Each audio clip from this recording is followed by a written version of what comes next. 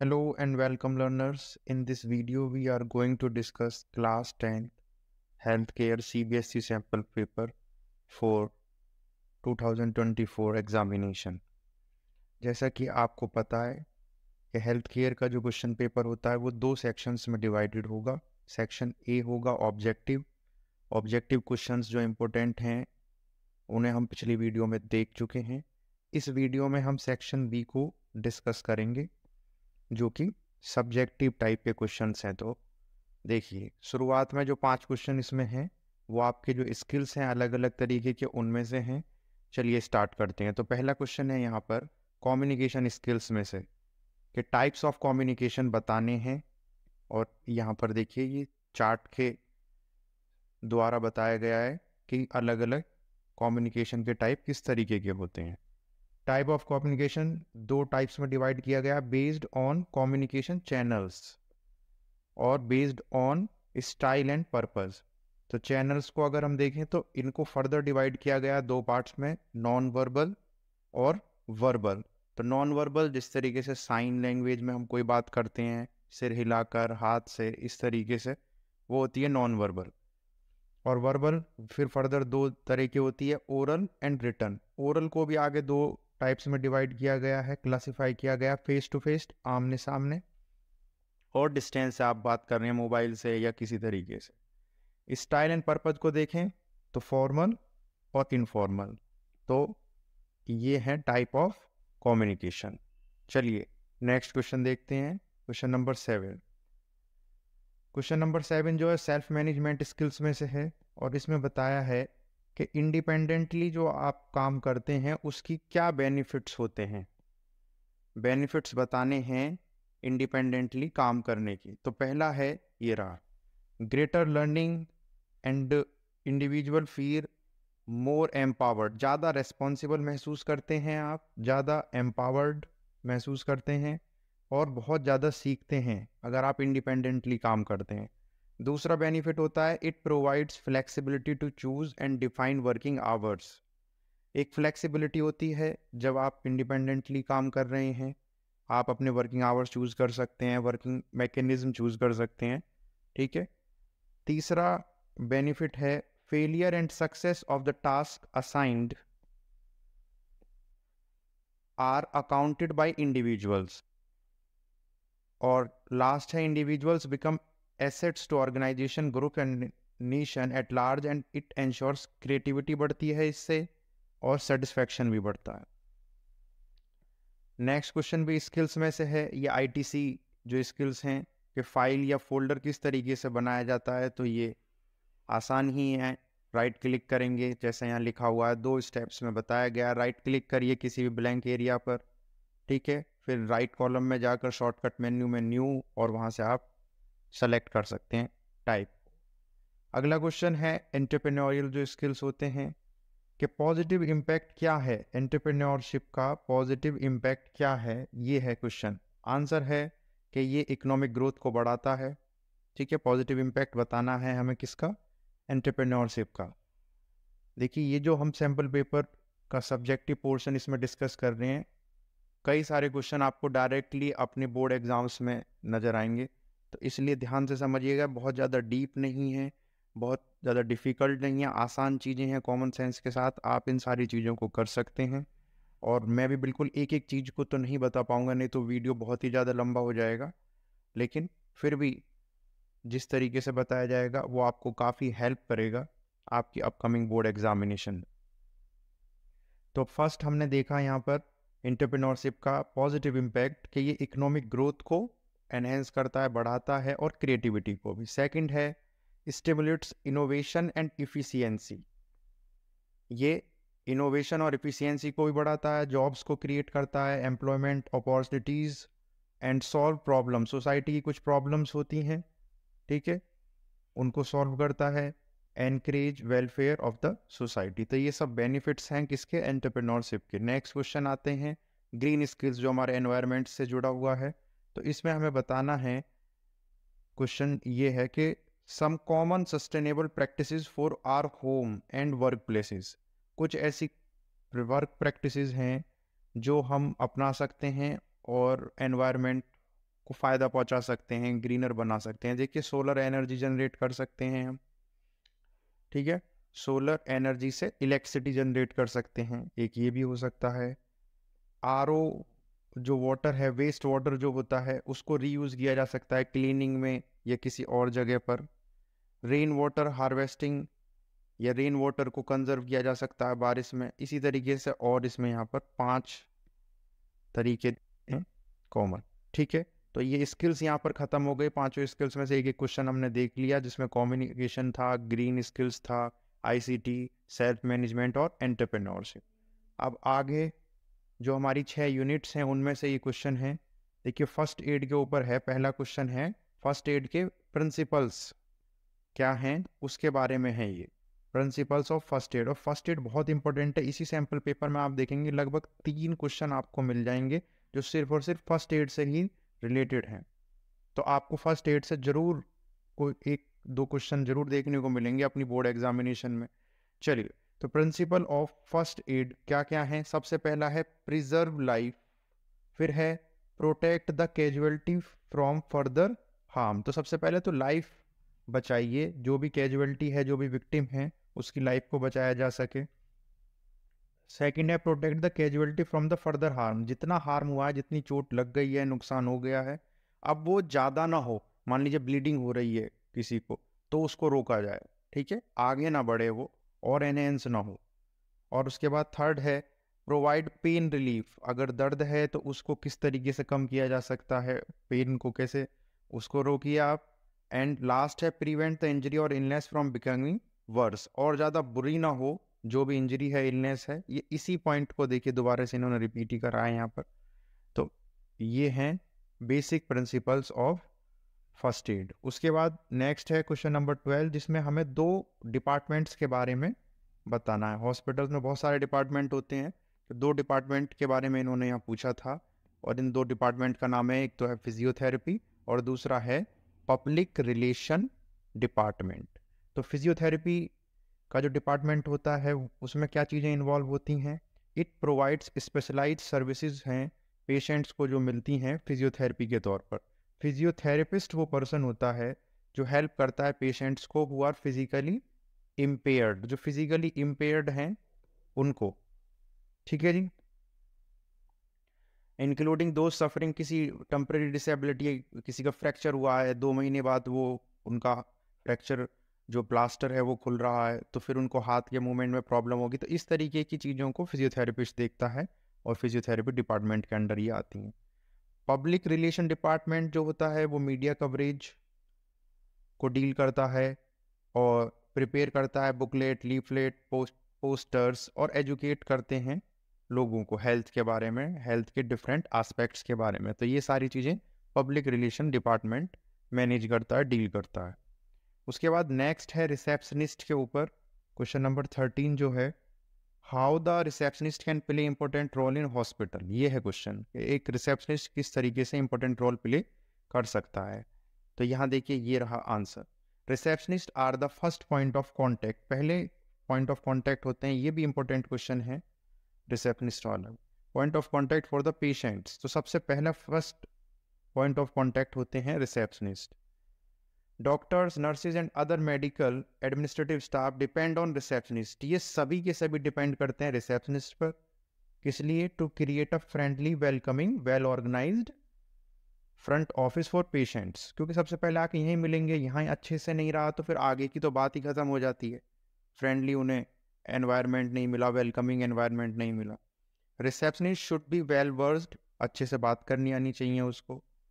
With the policy, system and facilities, hospitals की policies के बारे में बिल्कुल अच्छे से उसे पता हो सारी चीज़ें।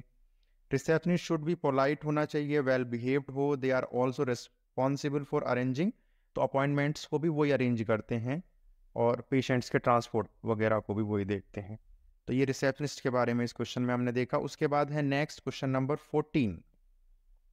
क्वेश्चन नंबर 14 है when you are learning about infection and different pathogens what are the important points you should remember. तो पैथोजेंस के बारे में इसमें बताना है कि पैथोजेंस क्या होते हैं और क्या क्या उसके और important aspects it is important to remember that a pathogen क्या है जी, is a micro organism. Micro organism होते हैं that has the potential to cause disease, जो बीमारी फैला सकते हैं।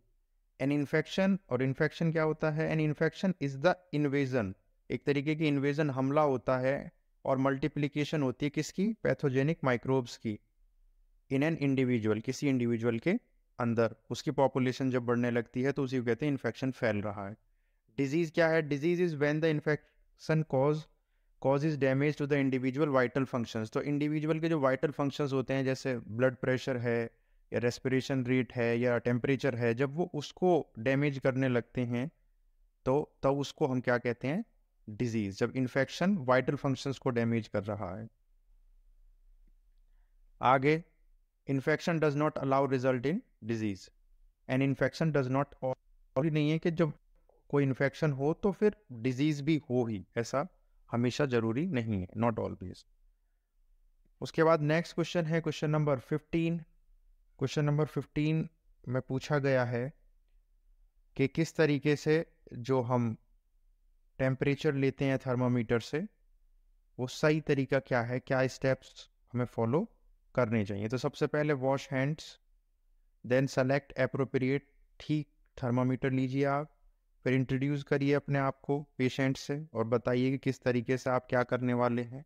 ये नहीं कि सीधा जाके आपने नापना स्टार्ट कर दिया, मीजर करना स्टार्ट कर दिया। Then shake the glass thermometer to lower, glass thermometer है, ठीक है, lower the chemical to 96 degree और इंसर्ट्स द टिप ऑफ, अगर इलेक्ट्रॉनिक थर्मामीटर या आजकल डिजिटल वाले जो हैं वो यूज़ होते हैं तो उन्हीं का यूज़ होता है, और into a disposal probe cover. तो फाइनली जब नाप लें तो फिर उनको संभाल के रख दें। नेक्स्ट क्वेश्चन है 16, और इसमें हमें डिफरेंस बताना है। दो चीज़ों में डिफरेंस है, देखिए, एक तो मीडियल और लेटरल के बीच में डिफरेंस बताना है, और सुपीरियर और इन्फीरियर। तो दो पार्ट्स में है ये क्वेश्चन। क्वेश्चन है distinguish between the median and lateral, एक, और उसके बाद है सुपीरियर एंड इन्फीरियर। तो समझिए, देखिए कुछ ये किस बारे में है, इसको थोड़ा सा ध्यान से समझिएगा कि जो ह्यूमन एनाटॉमी होती है, नेक्स्ट क्वेश्चन हम देखेंगे, ये रहा यहाँ पर एनाटॉमी। एनाटॉमी क्या है, जब हम पूरी हम स्ट्रक्चर को पढ़ते हैं, ह्यूमन बॉडी की जो स्ट्रक्चर है उसकी जो स्टडी होती है उसको एनाटॉमी, ह्यूमन एनाटॉमी बोला जाता है। देखिए मान लीजिए ये एक मैं रफ ऐसी बना देता हूँ कि ये मान लीजिए कोई ह्यूमन स्ट्रक्चर है इस तरीके से, तो एक मीडियन लाइन होती है जो बिल्कुल बीच में से जाती है, उसको हम बोलते हैं मीडियन लाइन। तो इसको स्टडी करने के लिए ये सब कराया जाता है, ठीक है। तो ये आपका ऊपर वाला जो हिस्सा है ये हेड हो गया, नीचे सबसे नीचे जो है फीट होते हैं, तो और ये हो गई आपकी मीडियन लाइन। तो मीडियल क्या होता है, मीडियल समझिए, nearer to the median line. अब ये मीडियन लाइन है, ये बिल्कुल बीच में से जो बॉडी को बीच में से डिवाइड कर रही है, इधर हो गया लेफ्ट, ये हो गया राइट। तो मीडियन लाइन के पास जो होती है उसको मीडियल बोलते हैं। यहाँ पर जो है ये है मीडियल, दूर चले गए ये हो गया लेटरल, ये है लेटरल, और यहाँ पर है मीडियल। समझ में आया आपको, ठीक है। और ये लाइन है मीडियन लाइन, ये जो यहाँ लिख रहा है ना मीडियन लाइन दो बार, ये है बिल्कुल बीच में से जो डिवाइड कर रही है इसको। उसके बाद सुपीरियर और इन्फीरियर, इसको समझिए, ऊपर हेड की तरफ जो होता है वो है सुपीरियर, या उसके पास जो होता है नीचे फीट के पास जो होता है इसको इन्फीरियर बोलते हैं। यही लिखा हुआ है, नियर टू द हेड, ऊपर की तरफ superior, near to the feet, ये रहा जी इन्फीरियर। तो अब आपको ये समझ में आ गए होंगे, ये एनाटॉमी टर्मिनोलॉजी है, ठीक है।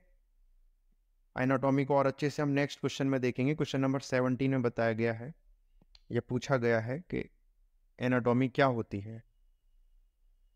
देखिए, तो एनाटॉमी और फिजियोलॉजी के बारे में दो टॉपिक इसमें दिए गए हैं, एनाटॉमी ये रहा और फिजियोलॉजी। तो सबसे पहले एनाटॉमी देखिए, the science that deals with the structure of the body and the relation of various parts to each other is known as anatomy.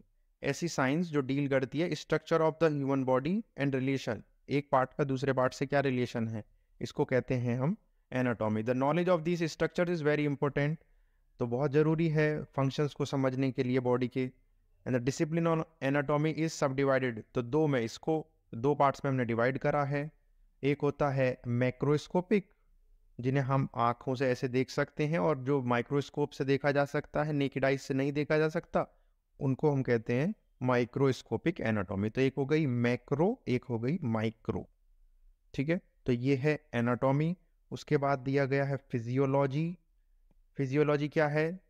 The science that elucidates the normal functions, वो science that elucidate the normal function of the body, body के normal functions के बारे में जो बताते हैं, and explain how the various organs and system work together, और अलग अलग ऑर्गन और अलग अलग सिस्टम कैसे एक साथ काम करते हैं to function as a single unit के तौर पर, उसको हम कहते हैं physiology. Human physiology is the science of the mechanical, physical and biochemical functions of normal human और ह्यूमन टिश्यूज और ऑर्गन्स।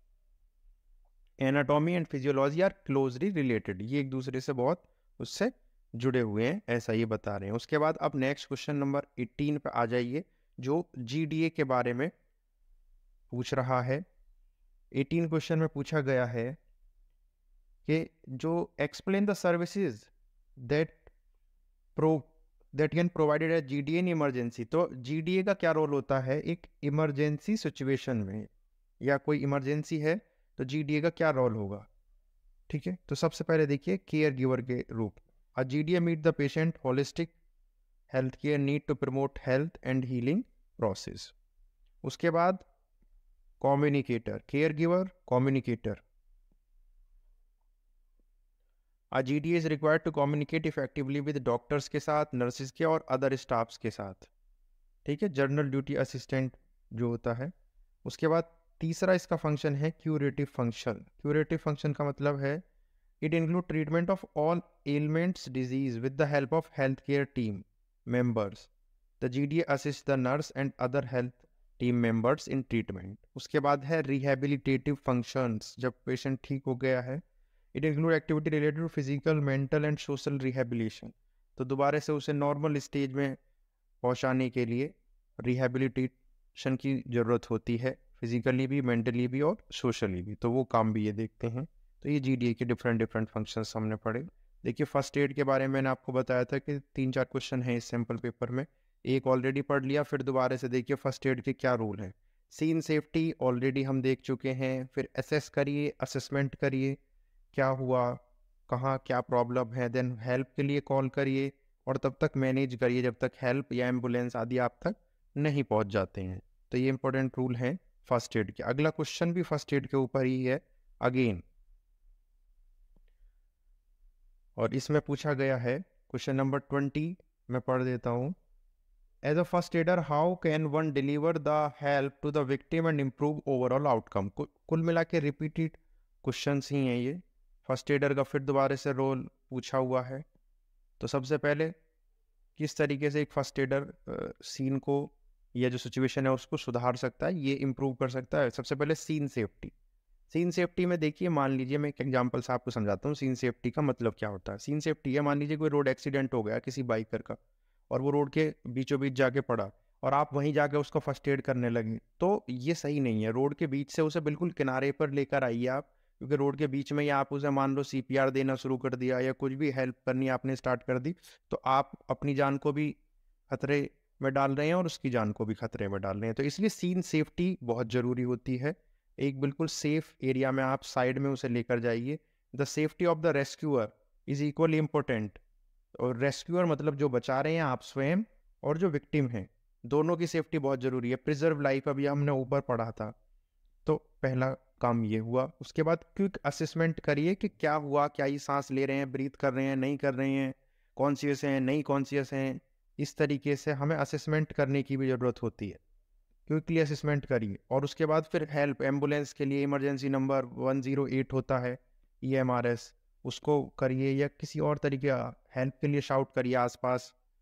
तो ये सब चीज़ें इसमें आती हैं।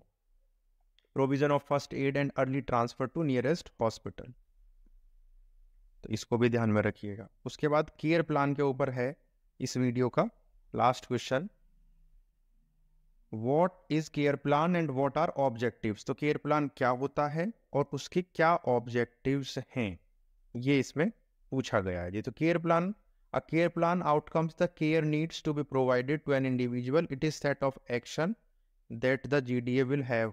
तो केयर प्लान आउटलाइन होती हैं वो जो जरूरी होती हैं किसी इंडिविजुअल के इलाज के लिए, जो एक प्लान बनाया जाता है कि किस तरीके से। अब इसमें क्या क्या होते हैं, ऑब्जेक्टिव क्या है, to provide each patient individualised plan of care so that patient can be cured at the earlier, जल्द से जल्द उसे ठीक किया जा सके। सबके लिए अलग अलग ये प्लान होता है क्योंकि सबकी परेशानी भी अलग होती है। टू डिटरमाइन प्रायोरिटीज, पहले क्या करना है, प्रायोरिटी किस तरीके से होगी। To provide for effective communication among the nursing staff, to encourage patient participation in planning, to provide for continuity of care, to assist in documentation। तो ये सारे हैं ऑब्जेक्टिव किसके, केयर प्लान के।